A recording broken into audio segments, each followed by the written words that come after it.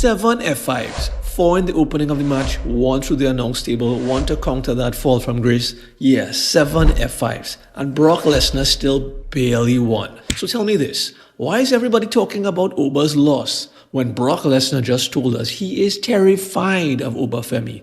Because that is what happened at Clash in Italy, and the entire internet is reading it backwards. One half of the internet is saying that they buried him. The other half is screaming protection. He is protected. And both halves are actually wrong. The burial crowd says WrestleMania meant nothing. 50-50 booking killed the aura. The protection crowd said he survived 7 F5s. He looked like a monster. This is just act 2 of a trilogy. And here's the thing, both sides are arguing about Oba.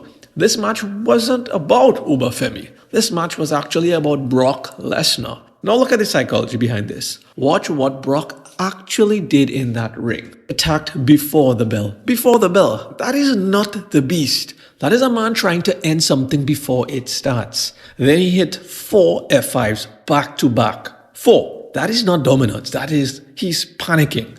That is a man who knows if the match goes long, he loses. And what happened? Oba actually kicked out. Now look at what happened next. Heyman runs to the ropes. Heyman calls the audible. The Beast Incarnate needs his manager to draw up a new play mid-match because the game plan didn't work. It died. So Brock locks in the Kimura. And then watch this. Oba powers out of it. He lifts Brock off his back like a backpack. Slams him down. That is the visual WWE accidentally created. The old king being carried by the new one. And nobody's talking about it. Think about it. Brock Lesnar has never needed 7 F5s to beat anyone. Not Cena, not Roman, not even Goldberg, not The Rock. 7 F5s does not mean Brock dominated Oba Femi. 7 F5s mean Brock barely survived him, and that is what matters here. That is a symptom of something way bigger. The timing is the giveaway. Oba beat Brock at WrestleMania, the biggest win of his life. WWE gave that moment 6 weeks of invincibility before this huge rematch. 6 weeks.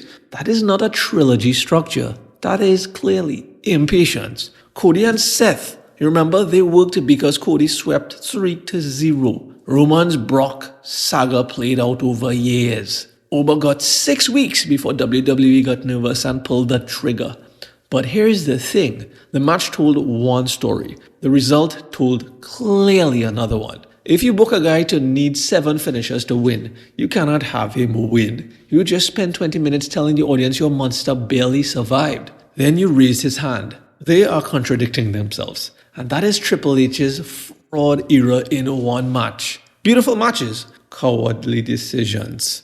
And this is where it gets worse. Brock is going to interfere in King of the Ring. Everyone knows it, which means Oba's entire 2026 becomes Brock dependent. The monster stops being a monster. The monster becomes a subplot in Brock Lesnar's retirement tour. That is the part fans are clearly missing.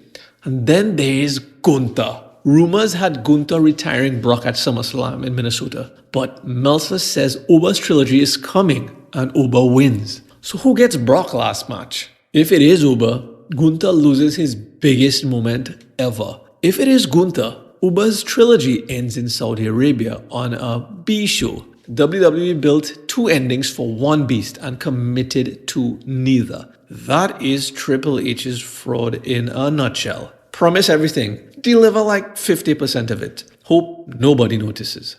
Now picture the third match. Lesnar cannot ambush him before the bell. There is no table to hide behind. No Heyman, no element of surprise. Just Oba Femi. Bigger, younger, and a lot hungrier.